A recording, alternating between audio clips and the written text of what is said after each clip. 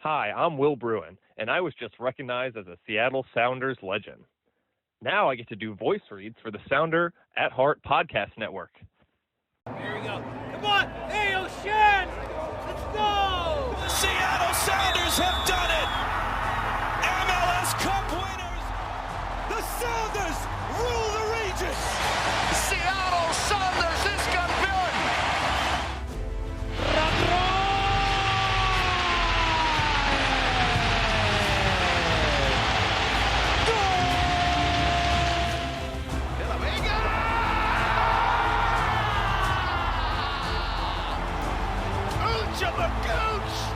All creatures great and small.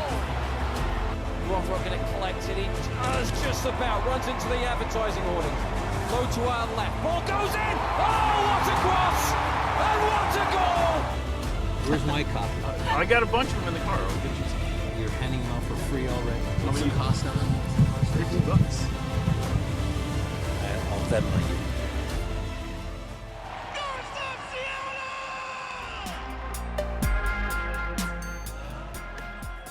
This episode of Nos Arietes is sponsored by Full Pull Wines, a Seattle-based wine retailer and proud sponsor of Nos Arietes since 2011. Full Pull was founded in 2009, is based in Seattle, and is owned and operated by longtime Sounders supporters. They offer the best boutique wines of the world to members of their mailing list, with special focus on their home, the Pacific Northwest. Welcome back to another episode of Nos Arietes on the Sounder at Heart Podcast Network. I am Jeremiah Shan. It is Friday.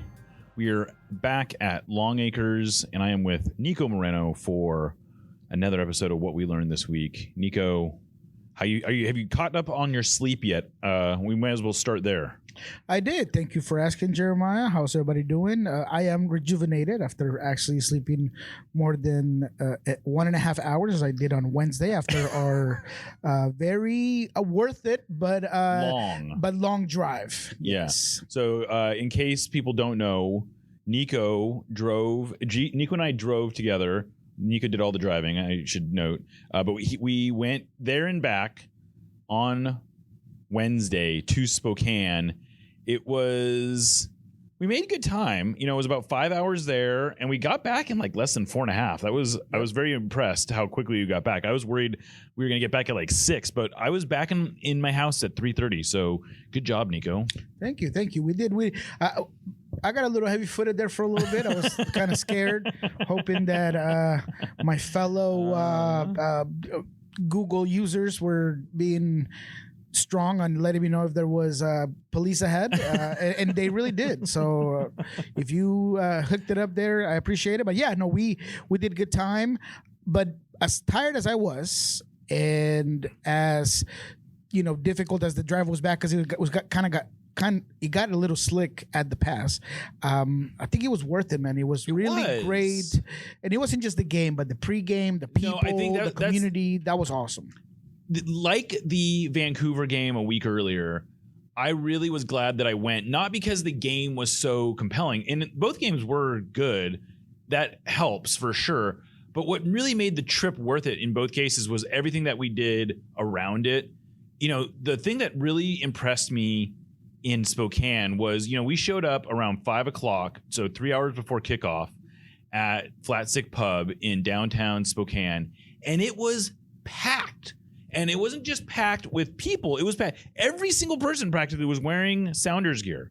It was very impressive. And whether or not these were mostly people that came out from Seattle, which I don't think is probably the case, or they are people that are sort of like in the area in Eastern Washington, it was a very impressive showing.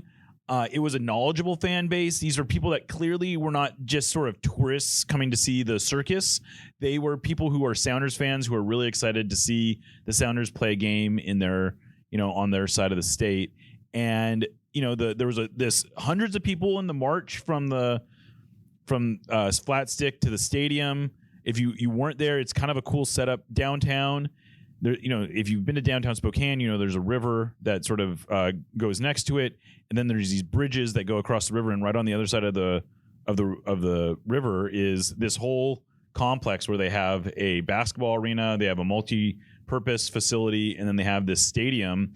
and it was a really great setup, and for a 5,000 seat stadium, it felt almost, I don't want to say big, but it did not feel like like Starfire's 5,000 seats, or you can get 5,000 people into Starfire if you really pack them in. This felt much bigger than that. And I think what added to my almost appreciation for the Sounders community, and let me start there, because you kind of mentioned the difference of people that we got to meet that came to watch this game. I met a family from El Paso, and I thought I wrote down their name and I didn't, but it was a family from Pasco that they make the trip to Sounder games, 6-7 times a year. That's a big drive, right? There was a guy, I think his name was Sam, and he was from New York, born in New York. Oh yeah, had Sam. No affiliation with the Sounders or the Seattle area. He actually does some writing for Sounder at Heart now. Just very recently, like in the last few weeks, he started writing for us. Wonderful. Anyway. So see, those are the stories that I got out of this that are just so exciting. The appreciation for what the Sounders represent and that community, that's something that I've learned to appreciate beyond just what gets done on the field. And so I was just amazed by the magnitude of the event in Spokane. So if you were there, Plastic, I think that's awesome. You said hello. That's great. Shout out to my boy Nick Shargus that he came out to. And it was just great.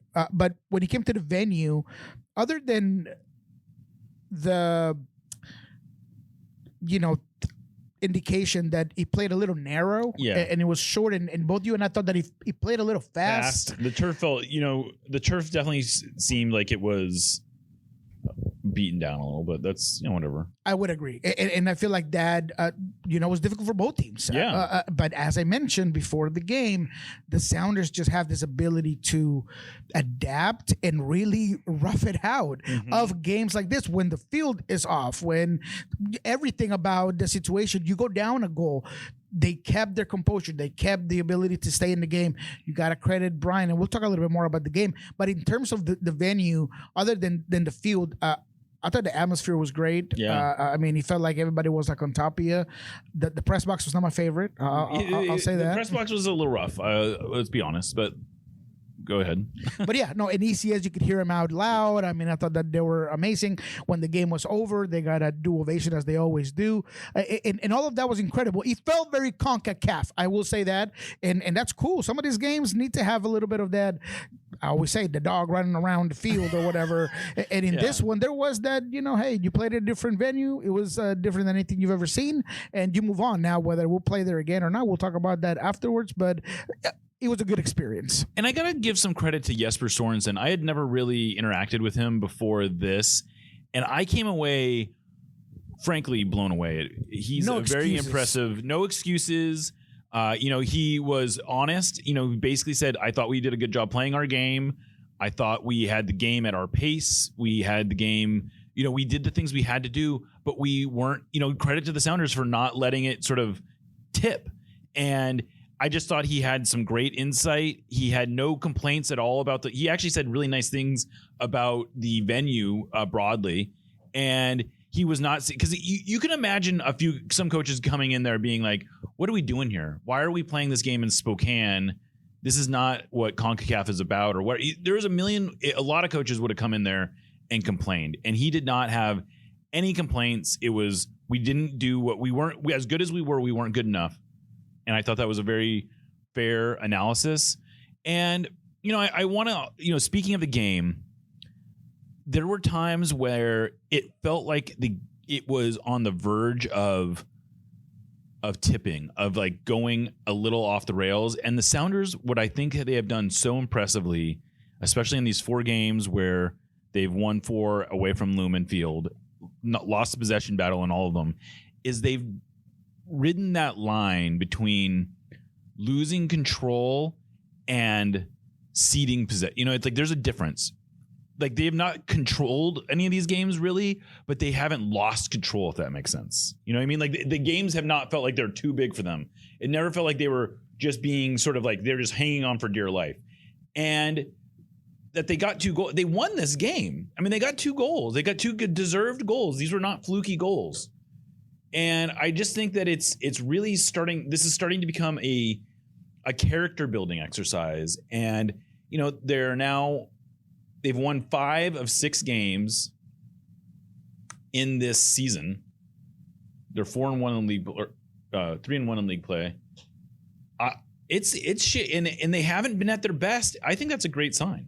It's a phenomenal sign. And I love that players came off that game with every right to take a victory lap and just focus on, we moved on.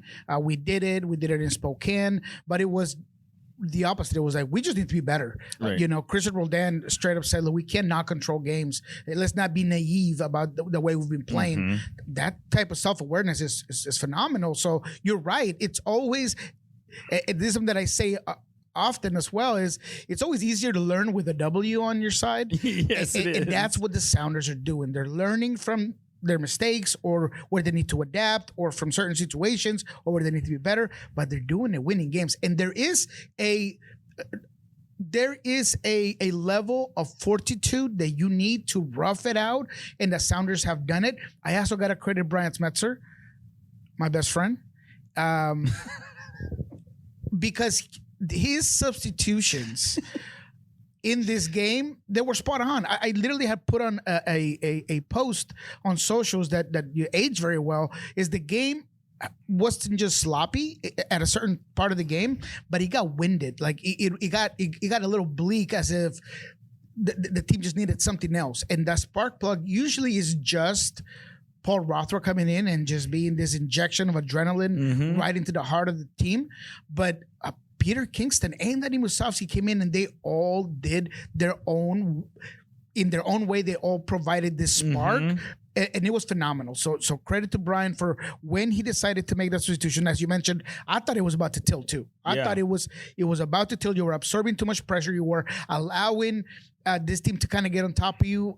Brian White was the one that I thought the Sounders did a very good job at just eliminated almost from this game, but it just felt like something was coming, especially when they got in wide areas and they were really pushing the envelope there. A couple of times Nuhu got cut up, a couple of times Sabi actually was as soon as he came in for he was Andre causing a lot of problems. Too much pace was that he was providing was difficult, and Brian did phenomenally by bringing those 3 guys in, and to me that was a turning point of the game. I would totally agree with that, and I want to give a special, like, okay, you bring in Paul Rothrock and Danny Musovski, that's like your chalk moves.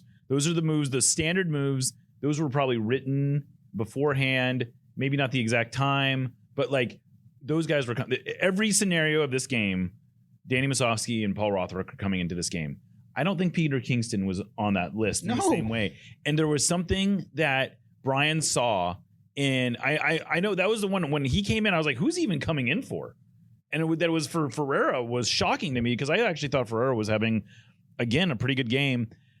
We can get into all that, but that Kingston came in as a wide player, and to be a wide player, and then has 2 assists, a masterstroke, and like what gave? Because the other thing is, like, Peter Kingston, if you had brought him in to solidify the midfield or something, you'd go, okay, you know, whatever. That's a he was good in the game against San Jose, but he was playing as a 6 against San Jose. What in the world? Like, I kind of feel like we should have, maybe we'll ask Brian this tomorrow when we talk to him, but like, what in the world made him think that Peter Kingston was going to be a useful player and he wasn't just, and it wasn't like he was playing as a wingback. He was an attacking player. He's an attacking player that plays the position with a right back mentality. Yeah. And I think that's what maybe He saw. Brian saw. Yeah. And, me and him not always agree when it comes to things. And I actually thought that Albert should have been the guy that came off the field. Both you and I talked about that, yeah. Instead of Jesus.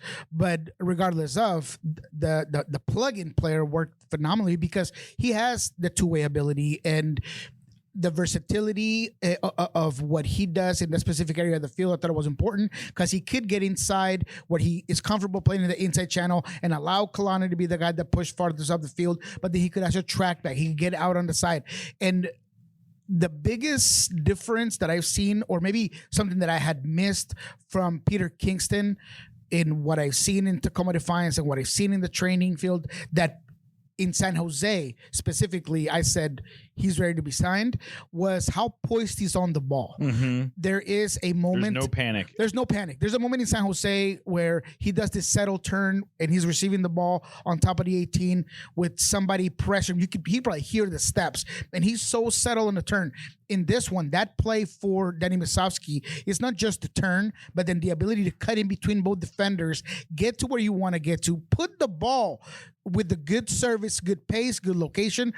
And obviously you got to give Danny credit for putting it away, but that move, that's a veteran move. That's someone that plays beyond his years with the technical ability that perhaps I hadn't necessarily seen, because he was a guy that was in the bubble, but he wasn't like Tino where I was like, you got to sign him. You're going to have to sign him, right? Or, guys that we've had in the past where at Georgie, you're like, man, that guy's really, really good because he does this, that. You need to sign him. But he kind of came a little bit out of nowhere. There's not a lot of subtlety to Georgie's game.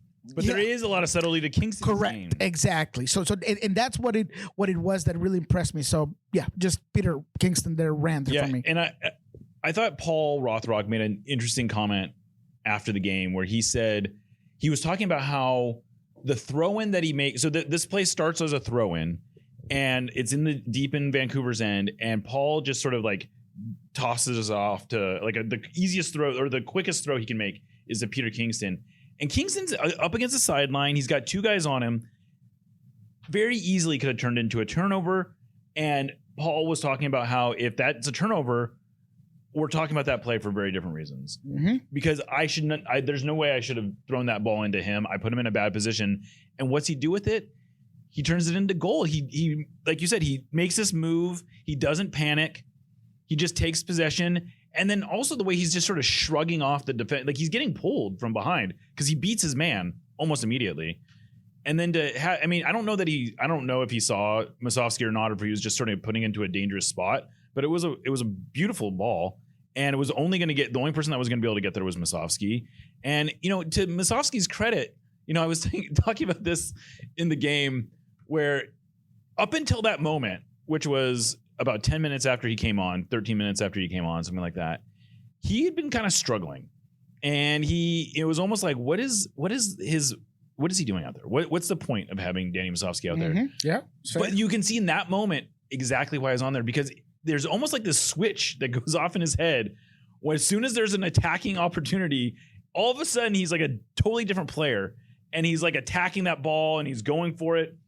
And we saw it a few times in this game where all of a sudden he's like fast, but when he's asked to close down when he's closing down the press, he looks like he's in concrete. and that's fair. And it's not just that, because we pointed that out, but it does feel like he's this player that where he's in his biggest comfort and where he feels like he could do no wrong is in the box. And maybe it's because the decision making, everything simplifies, and he's able to just get to certain spots because he's just fox in the box, and he gets to that ball. But you're right. Prior to that, both you and I were thinking, he's not doing very well. Like you can see, I think what we said is in this game, you can see why D-Row is starting over him. Yes, because even as and D-Row struggled in this game. He did.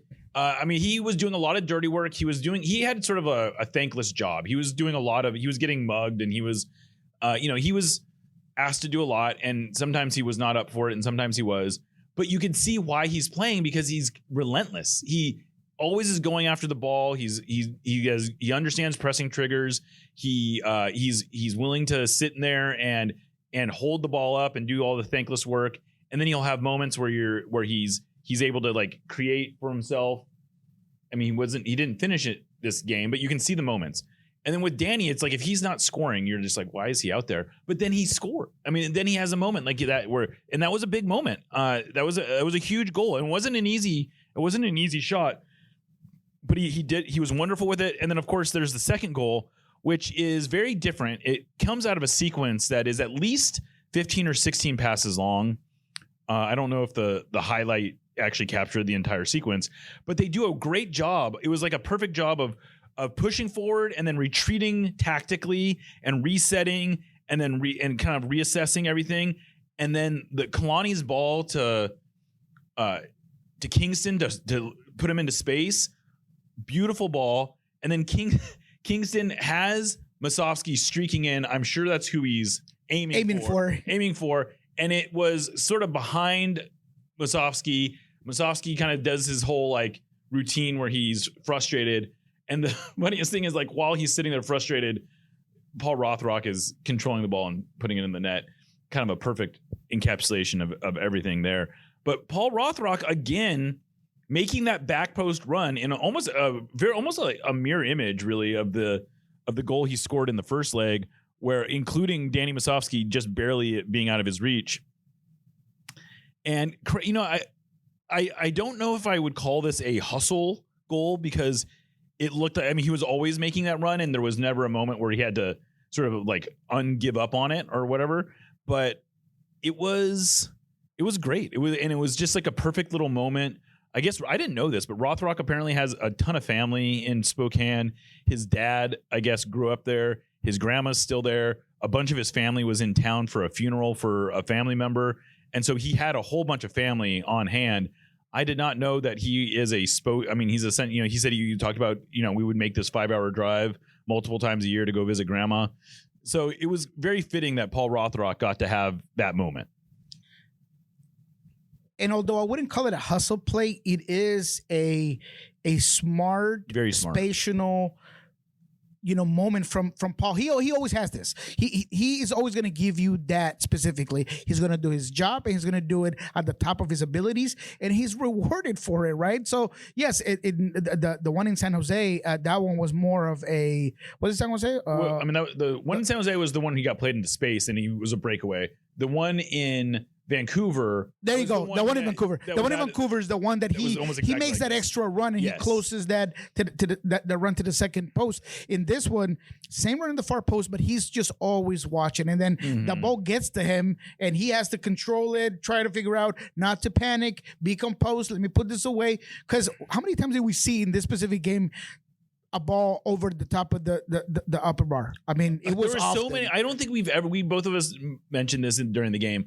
I don't think I've seen so many shots mishit high the way that we saw. I mean, there were so many mishit shots, like just shots that seemingly were like not super difficult. Not that you expect them to all score, but that they weren't even close. Like they were not even anywhere near the goal. And we saw a lot of that in this game. I assume it had a combination of probably the wind and the turf and the ball and everything else. But yeah, it was a game where players were seemingly having a hard time settling the ball the way they wanted it. So for me, as someone who I do think that Paul Rothrock, regardless of how good he does and how great he's been for the team, there's always sometimes a reason not to play him, because he is kind of not, hasn't quite solidified that position. But then he also gets put into this, vacuum of, it's just the effort, it's just the runs, it's just this. But he is more than that. It's the technical ability, that composure, that savviness from getting to certain places that I like to highlight, because he's rewarded because of that hard work. He's rewarded because he does understand the game. And that's why I thought it was so amazing. And Peter Kingston, to his credit, he has a lot of those similar things. I just look back at that sequence for the first goal. Yeah, maybe he doesn't pick up his head right away, but he's aware that somebody's making that run, right? So he puts it where he wants it, and then in the second goal, he's definitely he's aiming for Danny Musovski, and it's so sad because you can see Danny Musovski, he doesn't even look back. He just walks. He knows what's coming. He knows it's Rothrock. He knows Rothrock is right behind him. He's gonna put it away. But that's great. That's what Brian and let's give Freddie Juarez a lot of credit. Yeah, they've worked so hard on crashing the box and getting guys in and those passing sequences. I was asked prior to the game in our pregame show, if I was concerned that the Sounders didn't hold so much possession and that it was becoming this trendy thing where they were just going to play against the run of play. Like as if they're Minnesota United or something. Exactly. Right. Although obviously nobody does it like Ramsey does it, but definitely, there was that question, and it's a fair question. It is, yeah. If you look at the statistical component, but Brian's always going to want to use the ball, and if this was like the only way that they handle games, I would understand that a little more. If those passing sequences were not there, I'd understand it, because it's not like they're playing off of counterattacks. They're passing through press. That one that you just mentioned, 16 passes, I didn't count those, but that passing sequence to get away from pressure, to get eventually that pass from Kalani to Peter Kingston, that's what this Sounders team does. So for me, it's adapting to the game and is being able to rough it out. Do they want to hold possession, as they mentioned, and control games? Absolutely. But you got to credit those passing sequences and that ability for this team all the way to Vancouver, how they were cutting through that press and passing through it. That's unbelievable. Yeah. I mean, I think that what we're seeing is that this team understands there's multiple ways to win games. And I think that's one of the challenges. Although I went back and looked, I think the degree to which the Sounders were just dominating possession last year can sometimes in our heads be overstated, because they had that run through Leagues Cup where they were sort of just cutting teams open and doing sort of like almost like a Columbus style. They looked like a dominant team. But really, if you look at the way they played after after the Leagues Cup, it was a much more pragmatic style. And they did sort of figure out how to win games in that stretch. And that's part of what was so frustrating, that because I think they had a run in them in the playoffs, and we're not going to have to relitigate this, but they didn't lose a game in the playoffs. Not like they fell apart at the end of last year. They just didn't quite have their defense really was what let them down last year. And that's another thing that they're doing so well this year. They've given up 3 goals in 6 games. I mean, I don't know how much more we can ask. I mean, they've got 4 shutouts. Defensively, they look really like a much, much better team, and not because they are dominating teams defensively, but they just seem to have a much more defensive mentality, where they're blocking more shots, where they're kind of they have more numbers behind the ball. And I feel like that's been very interesting this year, because I feel like their emergency defense has been excellent. Yeah. And a lot of that has gone through, Alex does a very good job of being the last guy and really forcing people. Yeah, apparently, there's a campaign from Brian to get Yamer's job. But no, it really does talk about the mentality of the team. And it's something that you want to have. You don't want a team that only does one thing. I've always said that those sort of teams, even whether it's tiki-taka or whether it's playing straight up and more direct, you always got to be able to adapt into a situation. In Seattle, I feel like they're benefited from this. Not the way they want it, not the way they're going to want to do it always, but that they can win these games is particularly important. A couple of shout-outs just in case we end up moving on. Let me talk about Dero real quick, because watching that game all over again, and not live from a very weird spot in the press box. I thought Dero was, there were moments where it was just maybe not enough pace on unlocking Arriola, maybe not turning his head and seeing that Ferreira's open into space, but he's pivoting, his ability to really understand that hold up play. It's there. He didn't have a good game. I don't want to say that he didn't, but I see it. I see where it's going. I agree. And I think we both saw this even in he was so close to making a bunch of sort of game-breaking plays, and that's it's frustrating, but it's encouraging that it's close, because you can see it. You can see it if he gets enough opportunities that it's going to click, and that it's going to all of a sudden all make sense. And so I still like Dero. I even though Musovski scored, I do sort of think that until Morris is fully fit, it's probably going to continue to be Dero as the first choice. But at the same time, it feels very much like this is all lining up for Jordan Morris reclaiming his starting job at the number 9 once he's fit. Absolutely. I mean, it's going to be like these two guys have been in this race for 2 months, and all of a sudden Jordan Morris is going to just hit and pass him right at the finish line, because there is no doubt in my mind that Jordan Morris will take over at the 9. It is kind but of it's a good thing. It's a good thing to have different profile types of strikers. But the Dero discourse, I do think that I absolutely see it. That yellow that he forces early on, I mean, that's strength, that's power. That's if he doesn't, if that defender, who was it, Kubas? I don't remember who it was, who holds him. Laborda. Was it Laborda? I think so. When he forces that yellow that early in the game, if he doesn't pull him, he's gone. D-Row is on his way. And then he had another play later in the second half where he sort of it was a similar play where he just sort of like out-muscled two guys, and he was able to generate a shot. He shanked the shot, but you like that he's able to generate it from nothing, really. Like he was just a 2-on-1. He was 1-on-2, I should say. And he beat both defenders, set himself up, and yeah, you'd like him to do more with the shot, but you see the process is good. Yeah, and then the other one for me, Snyder Burnell, excellent on the ball. We haven't talked about Snyder Burnell yet. So good on the half turn, so poised. He put Andres Cubas upside down in one play, just twirl him like a ballerina. Yeah. He didn't know where he was at. And this is a national team, Paraguayan. To me, one of the best sixes in the league. In Andres Cubas, and he had him moving. So love the composure, love how good he's on the ball. He might not be the most defensive player, but he tracks down enough to get objective number one done, which is slow down the transition, make that guy go negative. So to me, man, he has been shining, and I haven't asked Brian. I probably won't get to because I won't be, at the availability on Saturday. But has he won that starting job? I mean, I think it's an open question. As recently as a week ago, before the first leg of the Champions League, that's been sort of an ongoing discourse is like, should Brunel be starting over Dotson? And it's mostly a criticism of Dotson because people have not been blown away by Dotson's play. My answer has always been, we got to give Dotson a little bit more time. I mean, we know he's a good player, but the last two appearances, especially against Vancouver, were sort of eye-opening for me in Brunel, because I don't know if I need to win one game, which one I'm going to go with, but I think there's a really valid argument that Snyder Brunel should be the starter.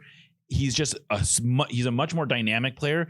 And what I think is a really interesting thing is he is really doing the Obed Vargas role. Absolutely. Almost a mirror image. I mean, if you compare where Obed was at 17, he's 17. No, he's 18. He's 18.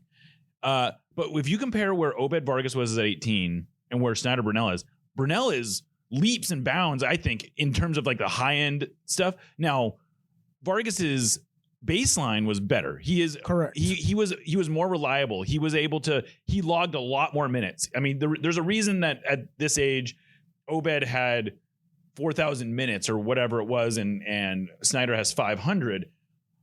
But you can see in the moments, his dynamism is certainly at an age comparison way ahead of where Obed was. I think that a lot of the highs that we're going to see from from Snyder, are going to be higher than even what we were seeing from Obed last year, which is a pretty high bar. Absolutely. I am enamored right now with Snyder Brunel. I mean, he did not, he was like 1 for 5 in dribbles or whatever. And if you just look at the stats, it's not going to jump off as he had this amazing game. But go back and watch that game and look how like you said, he just has Kubas on skates. He's doing one-touch passes. He's seeing things, and it doesn't always come off, but you can see it's just so close. I am very, very high on Snyder Brunel. I could see him being like, when it's all said and done, I think this is a special player. He's certainly special. The way I see the Hassani Burnell situation discourse for the position, I don't think that Hassani played himself out of the position, but I think Snyder Burnell played himself into the position. That is a difficult place to be at when you're Hassani. But there's enough minutes right now that I think they're both going to be had. They might even play together. Not healthy right now. That's the reality. Yep, Hassani's not healthy, and I mean, essentially they could play together. But the real conclusion here is that I think both you and I agree that it's going to be Christian Roldan and Snyder Burnell. I think that's the long as term. Your number one, I guess. I think that's, I won't be shocked if in July, August, September, like once we're in the meat, the business end of this season, if it's not Burnell and Roldan, I'll be a little surprised, because I just am, like I said, I just think Brunell's upside is so high. I do think Brunell and Dotson could actually be a nice pairing, and Roldan is probably going to miss some time because of the World Cup. So that I'm sure we'll get to see that.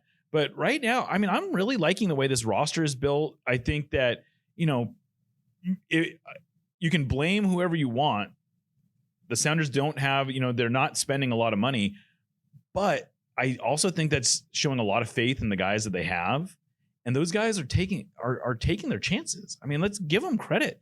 If Snyder Brunell had brought in last summer for $5 million, people would be over their mind about what a great signing that was. So I really like him. I think I like the way this is setting up right now. And especially with all the players they're missing that they're playing at this. Antino Lopez, I don't know, we really have talked about him since, but to have that guy just sort of laying around on your second team, to have Peter Kingston was not drafted. Peter Kingston went to 2 different colleges, went into the draft. No one picked him, played a year at Tacoma Defiance, and then just turned in that performance. And then Ballard FC. Yep. And then he showed up here. And once again, is the Sounders jumping in a situation where they see something in a player and then they harness that, allow him to succeed, and then all of a sudden put him in a good environment, give him the tools to succeed, and then he makes a difference. I mean, that was a great get, one that I did not see coming. The Tino Lopez, I've been a Tino guy for a couple of years. You have. I really wanted him to get on, and I love everything he said today about, he's been out on his own since he was 14 years old. Yeah, he went to boarding school in Minnesota. Crazy. He was born in Vegas, moved to Minnesota at 14, played a few years at a boarding school there, and then came to the Sounders and just spent his senior year here. But yeah, he's been on his own since he's 14. That's crazy. Love that. And just the way he plays the game, he plays like a guy that is just grateful to be on the field, and he reads the game very well. And where I've seen him grow is confidence in himself on the ball. I've always thought that he's good on the ball, but his confidence to do other things, like in San Jose, where he was breaking lines on the ball, and then he ends up getting like a pass that Ferreira doesn't quite get into. But that alone, right? And he's always had that physical ability. He's not the tallest guy, but he's extremely physical, and he has athleticism. So look, it's another great get for the Sounders. And as you mentioned, you don't have to love the fact that the team isn't spending more money, but you can appreciate that they have. That there's an idea. There's an idea. That there's a method, and that there's a true sustainable pipeline. It's a real, I think the term pipeline gets misused a lot. I think a lot of people want to apply it before it's a real thing. Like, pipeline does not just mean you signed a couple. It doesn't mean you signed Jordan Morris from the academy after he played for 1 year and then went to college. Like, that's not a pipeline. You got a little lucky, right? And that's the reality. DeAndre Yedlin, same thing. And you can kind of narrative your way into being like, okay, well, they're signing all these kids. This is a real pipeline. They've got 13 players currently on the first team, almost half the roster, who played for Defiance First, who were signed by Defiance First, that they developed in their developmental team, brought through, and now are playing significant roles. I mean, this you can't tell me that, we were talking about, maybe they can go sign like a Daniel Steers or whatever. I guarantee Tino Lopez is giving you more than Daniel Steers would be, just to name a free agent that's sitting out there. And if you can do that on a reliable basis, if you trust your academy to do that, Peter Kingston, we're not going to go out and we're not going to sign Sean Davis. Here's another random player who's out available. We're going to give that job to Peter Kingston and see what he can do. And the upside is higher. And he's already played with all these guys. Totally agree, man. And you see it in a way that when guys are slotted into the first team, they already understand the system, the soccer module, which is the biggest line, the most difficult thing to really learn when you're a brand new player. You got to understand the way this team plays. That system's already there. So guys slot in and it works as if they've been there the whole time. They practice. Because they've been practicing with the first team. Correct. It's not just the ideas. They are actually out there on the training pitch with these exact players doing the thing. They've been hearing from Brian Schmetzer. They haven't just been hearing it Brian Schmetzer through Pablo Nagamura or whoever. They've been hearing it from Brian Schmetzer himself. They're sitting in the same film rooms. I don't think you can't fake that. You can't snap your fingers and create a pipeline. It's a long process, and the Sounders have done that. And like I said, criticize them. It's fair to criticize them for not spending more money, but recognize that they have invested in this pipeline and that the pipeline is working exactly how it's designed. And Sean Henderson, Craig Weibel, Wade Weber, Henry Browner, all these guys are involved in it and deserve credit for it. And Brian Schmetzer for believing in it. It's very impressive to see right now. And it's making me feel very optimistic about where this could all head. And again, this is us, because two things can be true. And you just talked about those two things. At the end of the day, we're not sitting here saying this is a super team or that they're going to go to the MLS final, but we are optimistic of where the team is going. And the summer window is going to come, and maybe you can up your ceiling by getting a couple of players at the right positions, this, that, and the other.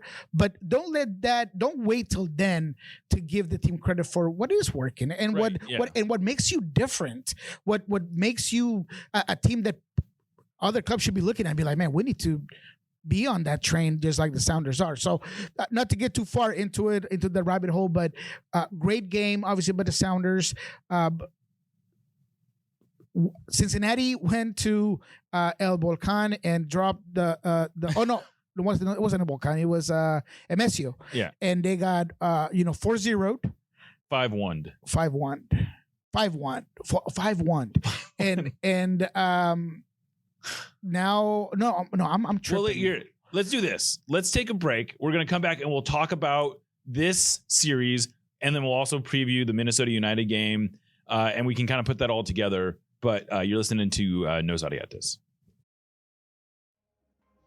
Sounder at Heart has been around in one form or another since 2009. In 2026, though, we make a pretty significant evolution when we go analog. Yes, that's right. In the year of our Lord 2026, we are publishing a real-life magazine. We're calling this thing 4, as in Sounder at Heart 4.0, but we're stylizing it as IV because we absolutely love Roman numeral. And if you want to refer to it as IV, that's cool too. The first issue has a comic book style cover that was hand-drawn by local artist Kevin Newbern. Features by Tim Foss, Susie Rance, and Charlie Boehm, a statistical deep dive by Kat Bush, a Q&A with Brian Schmetzer, a column by G. Willow Wilson, and photographs by Noah Reif, Max Aquino, Mike Russell, and Jane Dershowitz. I could not possibly be more proud of the work everyone put into making this, and I think you're going to absolutely love it. If you'd like to get your hands on one of these limited edition copies, we're currently selling them for $15 on our website. Get yours now. Nos Ariates, admittedly, is not exactly known for our spicy takes, but that doesn't mean we want our food to be mild.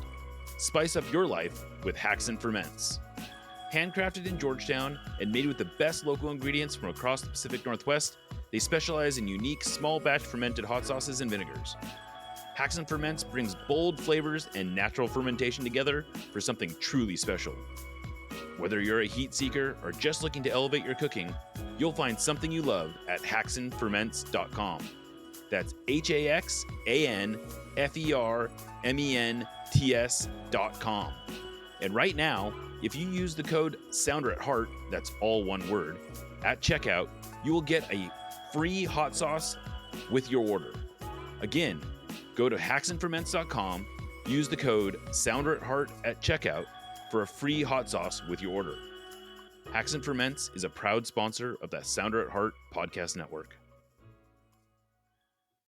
Welcome back to Nos Ariates on the Sounder at Heart podcast network. All right, so the Sounders have booked a date with Tigres UNAL of Liga MX for the CONCACAF Champions Cup quarterfinals. The first leg will be at Estadio Universitario. Is that right? Yeah, or El Volcan. Yeah. Okay. And in Monterrey. And then the second leg will be somewhere of Seattle's choosing. We don't actually know. It's Friday. We don't know where that game is going to be. It might be at Lumen Field. It might be in Spokane. It may be at a mystery third location. We don't know. But let's talk a little bit about how Tigres got to this game, because that was a wild AF match that they played against Cincinnati, or series against Cincinnati. It was, and please forgive the stroke I had prior to the break, because there was two big score lines against MLS teams, and the other one was San Diego, losing 4-0, 4-0 to Luca. And that one was in MSU, so that's the stadium I was talking about. Yes. But yes, no, Tigres against odds. I mean, I understand. Look, maybe surprising some, maybe some not so much. I thought that if anything, this Cincinnati team was going to be able to go into El Volcán and not get destroyed, or at least make it difficult. They did not make it difficult. But Tigres but Tigres had their way with them. Yes, they did. Like the whole time. Like, yeah, they did their job to not make it difficult on the scoreline, because you were always one goal away from potentially moving forward. Yeah. But come on, man. That performance was a choke job if I seen one. Yeah. And I think it's a bigger indictment on Cincinnati as a team that has obviously been inconsistent this year, which rosters I don't love, and it's more of an indictment on that than the league, because there's this. I don't think it's an indictment on the league. No, because the problem is not they don't have enough expensive players. No, they had a lot of expensive players who did not do well in this game. So to set the table a little, in case you didn't know, the way the series went is Cincinnati won the first leg 3-0. At home, and made Tigres look pretty bad. Tigres was their own worst enemy in that game. Agreed. But it was 3-0. Regardless of how you get to 3-0, you need to be able to manage that. You got to be able to make it difficult on the opponent. And instead, what happened is Tigres came out like with their hair on fire. In the first 10 minutes, it was 3-2. And at that point, it was just hold on for dear life. It was a miracle that Cincinnati even got to halftime still holding that 3-2 lead. But then immediately after halftime, within the first 4 minutes of the second half, Tigres goes storming ahead. Now, granted, all 4 of their goals to that point were bangers. You know, they were either the product of really good passing or just great shots. You just can't let that happen, though. And then a miracle of miracles, Cincinnati goes back ahead on away goals. Evander sets up Kevin Danke for a header, and they push it all the way into stoppage time. Just holding on for dear life. And then I don't know, how would you describe how this thing finishes? I just think that you were outperformed. You were unable to keep up with the intensity of the game. And I really do think that the pressure of both the stadium and the way you approach the game. That stadium is electric. Did you see the little kid with his shirt off? That is wild. Oh. I mean, so all of it, they were not prepared for it. And again, to me falls back on the coaching. You have to prepare your team for this is a scenario. What happens if we go down 2? How is the crowd going to feel? All of these things. The team looked unprepared. And I think I put this on the socials. They didn't have an answer for what Tigres was providing. And it always felt like they were just swinging in a corner of the ring the whole time. Yeah. And look, Kevin Danke too, he had an opportunity to put this thing away early. He had another opportunity to make it 5-2, and he didn't put it away. You can only miss so many chances against a team like Tigres and expect to walk away from a game like this one.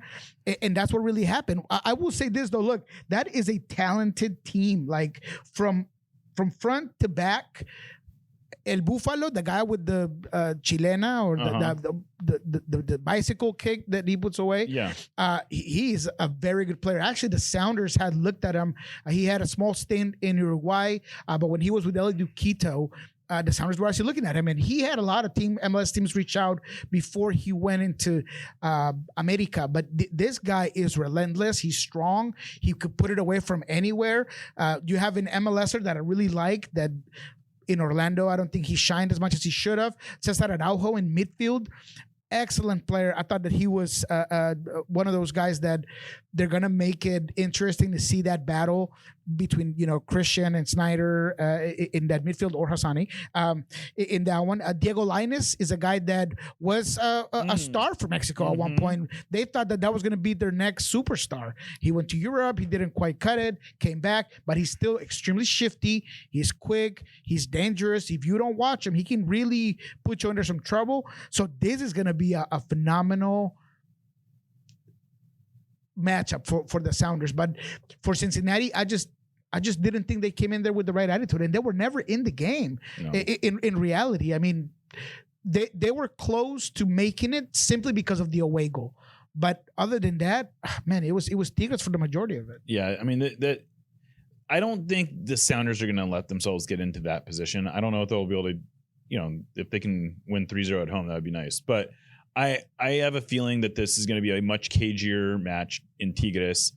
And, we don't even actually, as of right now, we still don't even know the dates for these games, but it's the window is April 6 to 8, I believe. And then April 12 to 14, I want to say, are the two windows for those games. But either way, it's continuing to be a lot of fixture congestion for the Sounders. I like this matchup. I think it's fun. This is what Champions Cup is all about. Like, I guess if it was up to me, would I have rather played Cincinnati? Probably. I think the Sounders match up better with Cincinnati than they do with Tigres. But this is why you want to play. You want to play teams like this in Champions Cup. And Tigres is not some unbeatable juggernaut, despite what they looked like against Cincinnati in the second leg. They're in 6th place in the table. They have been struggling. Yeah, exactly. They are a good but not necessarily great version of Tigres. I'm more scared of Toluca, to be honest with you. Like 100%. That's a much scarier looking team, and they're on the other side of the bracket. And then if the Sounders can get through this one, they would have the winner of Nashville, America. I'll take my chances with one of those two. I think that this team has a lot of talent, as I mentioned. Angel Correa. I mean, this is a good team when it comes to individual talent. Mm-hmm. I don't think they are as cohesive or as a collective unit in the level that Toluca is. So when the Sounders play a game where that's going to be their edge, because that's their superpower, in my opinion, I give them a fighting chance. I think that they are going to be up for it. Mm-hmm. I don't think that it's like you mentioned. I don't think they're going to be heavy underdogs either. No. I think that they can pair up. It's not going to be easy. And I agree with you that if it was Cincinnati, both you and I would be sitting here a lot more optimistic. Yeah. Because you take away the playing in Mexico. You take away the not understanding it's different to play a Liga MX team, and especially when they have that much talent. I mean, if you want to look at it in the more simplistic way, I mean, they might have 4 DPs, Mm-hmm. if you want to look at it like that. Yeah. I'm not looking forward to this thing ever going into PKs, but Anuel is like the St. Clair of the Liga MX. I don't know if you've ever seen him, Anuel Guzman. Yeah. He's the guy with all the antics and like the ridiculousness. So this is going to be as tough of a matchup as you can get, but it could propel this Sounders team. If they get through Tigres, they can believe they can beat anybody. And even if Toluca is the better team, when it comes to momentum and belief, man, this team is already high on that. But if you beat Tigres, oh, come on. Yeah. And one variable that we sort of alluded to is that we still don't know if Lumen Field is going to be made available to the Sounders. I found out that even though the Sounders are moving in there on April 12th, that's going to be their first game, the grass still, as of right now, is not in. I saw a picture yesterday of what it looks like, and they're still building up the base for it. I would imagine the grass will be going in soon, but the grass will have just gone in when that will be the first game that gets played on that grass on April 12th, and then the women's national team plays on it, a friendly, on the 14th, and then I suppose the best case is that on the 16th the Sounders would get to play on it. But I guess one of the concern is that FIFA still basically controls the use of the grass, and so it's like going to be FIFA's people that essentially determine whether or not the Sounders can play additional games, because there's only, as it is right now, I believe there's 18 games across all between the World Cup, the Sounders, the Reign, and the women's national team, who are going to be playing games on that grass. And I guess there's some concern it has a limited lifespan, and so they don't want to mess it. The whole point is to get it optimal shape for the World Cup, and everything that's leading up to that is sort of bonus, I guess, is the way that we have to look at it. But if they can't play there, I would hope that they can play in Spokane. Spokane was a great, we talked about it. I think that would be a not ideal, but an acceptable fallback option. If they can't play in Spokane, I don't know where they would play. I guess maybe Portland or something horrible like that. That would be real bad. I just feel like it'd be really nothing against Spokane, but because of the limited seats, it would be a shame. It would be a shame to miss a game of this magnitude with 5,000 or so seats. It would be not a good look. There's no way around it. That is a absolute. It's plan A should be, how do we make it happen at Lumen Field? And we exhaust every possibility of playing at Lumen Field. And then if you can't play at Lumen Field, then okay, fine, Spokane. Yeah, you got to do it. I guess there's a possibility of playing at T-Mobile. That didn't sound very likely to me. I'm sure people are wondering, why not play at Husky Stadium? Husky Stadium's not wide enough, unfortunately.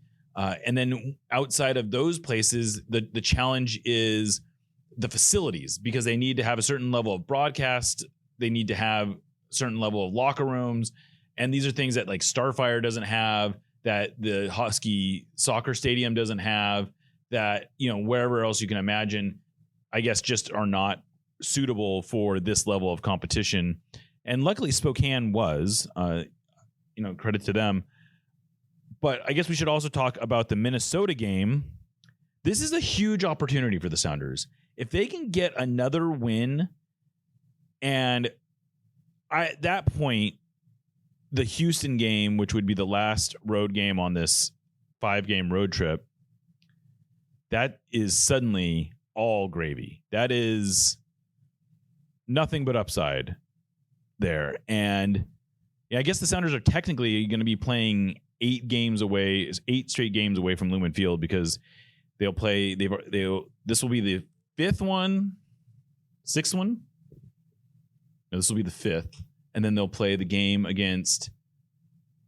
No, this is the 6th. This is the Minnesota game is the 6th. This is the 6th game, and then Houston will be the 7th, and then they'll play in Tigres the 8th, and then they'll play RSL here. Yeah. Right? So absolutely, it would be. I don't think you could think you could have looked at this road bunch of games and say, look, if this is the amount of points that we take off from this, then man, we did amazing. Right. So if they win in Minnesota, man, you gotta be able to feel really good about the rest of the season. And they should be looking at Minnesota as a winnable game. Sure. Minnesota, in case you didn't notice, had a great game. They got killed. They lost 6-0 to Vancouver, who the Sounders just beat twice in a row. So sandwiched in between those two losses to the Sounders, the Whitecaps absolutely dismantled Minnesota United 6-0. Say it again, 6-0. This Minnesota team is probably better than that 6-0 scoreline suggests, but they are not by any stretch of the imagination the same team that eliminated the Sounders from and swept the Sounders during the regular season, by the way, last year. Yeah, so let's talk real quick about what we learned in terms of what the team might look like. It looked like Hassani Dotson was only partial in training. Mm-hmm. We have not been given confirmation about where he's at on his status of that protocol, but I don't know how likely it is that he's going to start that game. But Jordan Morris is available and will be available. And Brian said it on KJR on Thursday. I saw Jordan today. Talked to him off the mics. He looks really good, really excited. He was the only, what you would call, first lineup player, one of the few, him and Tino Lopez, that stayed longer on the field. Everybody else had already entered, but he looks good. He looks thinner. He looks like he's ready to go. I'm sure he's just dying to get back out there. I'm not saying he's going to start, and I think that he's going to be in some really heavy minute restrictions, but it's exciting to see him out there. We saw a little cameo of none of the players that are going to play in this one, but I just wanted to mention Ryan Saylor, Pedro de la Vega, Kim Ki-hee, and Stu Hawkins all were out there independently working out, which it is a good sign. None of them will play this game, but it was interesting to note. And I think that's about it. And then when it comes to Minnesota, Boxall and Peter Strout should still be out for this particular game. Yeah, so Minnesota, just to give you a little bit more information on how Minnesota's season is going, they are 1 win, 3 losses, and a tie. Their one win was over FC Cincinnati. Their one tie was on the road. That's actually a pretty decent point against Austin FC. But then they've had a little bit of a rough road, admittedly. They lost 1-0 on the road to San Diego. They lost 3-1 on the road to Nashville, and they lost 6-0, like I said, to the Whitecaps. So I'm not going to sit here and say that Minnesota is bad, but again, this is the kind of game that the Sounders should be circling as a potential win. And what kind of lineup are we expecting? Pretty close to first choice, I'm guessing, because they have the international break coming up. Yeah, for both sides. So I think that the Sounders lineup will look a lot like at Vancouver. That's my. I mean, it was the same as the last game. Yep. Yeah. So the Vancouver game. So maybe a couple changes, but closer to the Vancouver game than the San Jose game. I would agree. Yes, 100%. So definitely there's not going to be rotation, because I did get that question. You know, are we going to see Tino again? Are we going to see Baker out there? I was like, no, I really do think that this one is going to be a lot more your first lineup, because you do, like you mentioned, you win this game, you're off to a great start, you get a 2-week rest. Maybe Rothrock for Areola, just because I'm doubting Areola's at the point where he can play 2 starts in a row like that. Yes, and I mean, Paul has earned it. So yeah, absolutely. And in terms of what we could see against Minnesota, they have some talented players. I'm not saying that they don't. I just like Chancalay is a guy that I really like. I've always liked him since the Revolution. I think that he is a guy that is goal dangerous, that he gets behind. I don't know if the 4-3-3 is working as well as they want in Minnesota. I think Jaboa has, if not lost a step, maybe he's just not getting the services he did last year. There's one player that always gives the Sounders griefs, and who I know for a fact loves playing the Sounders, Joaquin Pereira. Watch that guy. And I don't know why, but he loves playing the Sounders, and he is going to be a guy that can uplift this team, this Minnesota team. Him and Triantis in the midfield. I was going to say, the player I really like is Niko. Yeah, those two for Triantis me are the motor of the team. You got the finishers, you got the shiftiness, but when it comes to what runs the team, is those two. Yeah, Triantis is a handful. He gave the Sounders some trouble when they played him, and I don't know if I don't think Sounders fans view Minnesota as a rival still. I know Minnesota really wants it to be that way, but this is the Sounders, I think, they should be motivated for this one. This is the team that eliminated them from the playoffs last year. This is a team that had their number a bit during the regular season. This would be a good win, and I think it's notable that of the 2 Sounders wins on the road this year, they were both so far against teams they lost to on the road last year, San Jose and St. Louis. So if you can get, this would be a third. This is another team that they lost to on the road last year. If they can get this one, they're putting themselves in really, really good position. At that point, they will have had 9 points from their first 4 on this road trip. If you had told me 9 points from 5 on this road trip, I would have taken that in a heartbeat. Would not ask you how they got it, especially if you throw in that they advanced past Vancouver. I'll take that every day. I mean, frankly, if they can get a point here, I guess numbers wise, like 7 from 5 would have been an acceptable, the low end of what I would have hoped. But this has got to me, you go for the win here. And then if you want to rest everyone against Houston, go ahead. Yeah, and in terms of approach, I expect the Minnesota team to be more in a bit mid-block. I do expect them to try to exploit transition. That's still their thing. Yeah. Set pieces with Jefferson Diaz, and obviously the service and the quality of the foot of Joaquin Pereira. That's where I think they're going to want to attack. That's something that the Sounders have been good at, but it's always good to keep that in mind when you're facing Minnesota. James Rodriguez, will he play? He could start. That is kind of funny that they would go Timo Werner, Thomas Mueller, James Rodriguez. I mean, that's quite a lineup. That's quite a murderer's row of big name players that they've faced. That's interesting. That all playmakers too. I mean, it's interesting enough. I don't necessarily expect James to start. He had a cameo in an awful game that's 6-0. He made his debut. Can you imagine what that's like? I came to MLS so that I could come off the bench down 6-0 in Canada. Yeah, and there is a reason for that. I'm sorry, but he got to get minutes. He got to get some fitness, because in Colombia, man. First of all, there is this one journalist that he's a heavyweight, and him and James have this spat, and he just hammers him all the time. And he's like, how could you be out there playing against Thomas Mueller and you're 6-0 and you still want to come into a game? But there is a reason. Obviously, he needs to get game fit, so I don't expect him to start. But he's another player that if he comes in late in the game, it's got a little bit of magic, set pieces. So it's going to be a fun game to watch at the very least. Yeah, absolutely. But heavy favorites, the Sounders got to come in my opinion, and dictate the game. And dictate the game. Be protagonists. You want to control a game? Start here. I would start here, control the agree. game, set the bar high in this one, and that's why I expect the first lineup for this one. I would agree with that.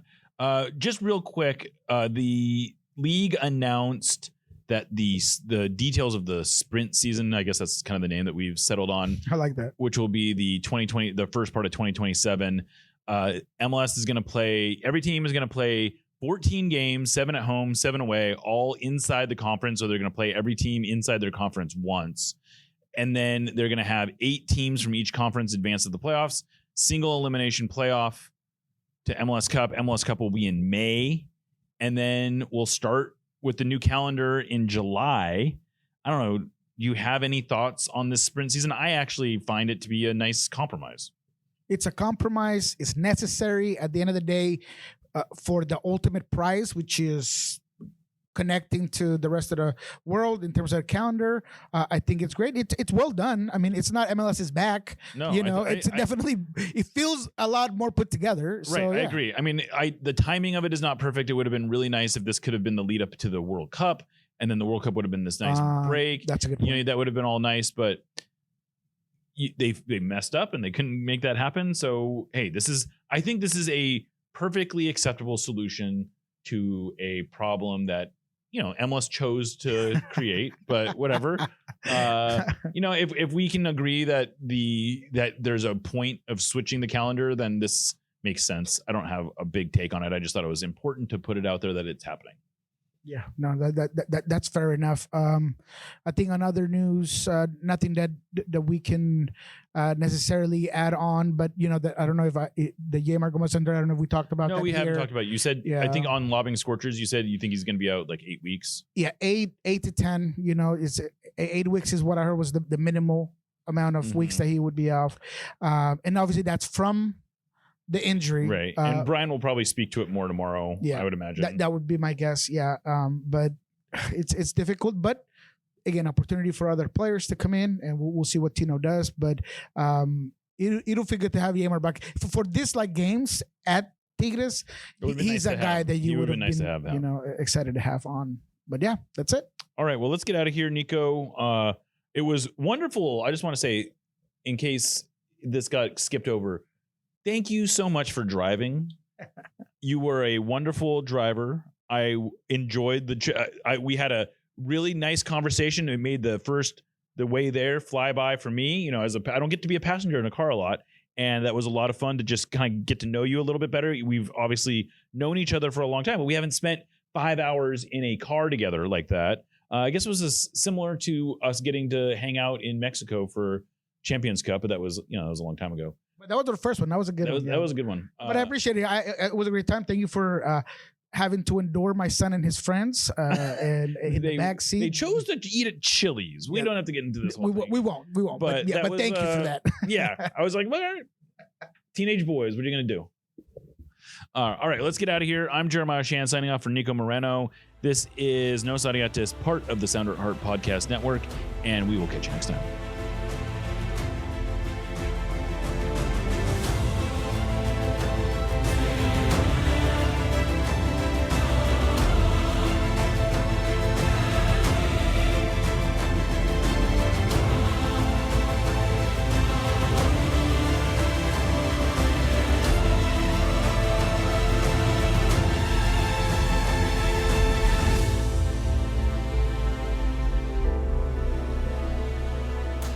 Let's go Sounders.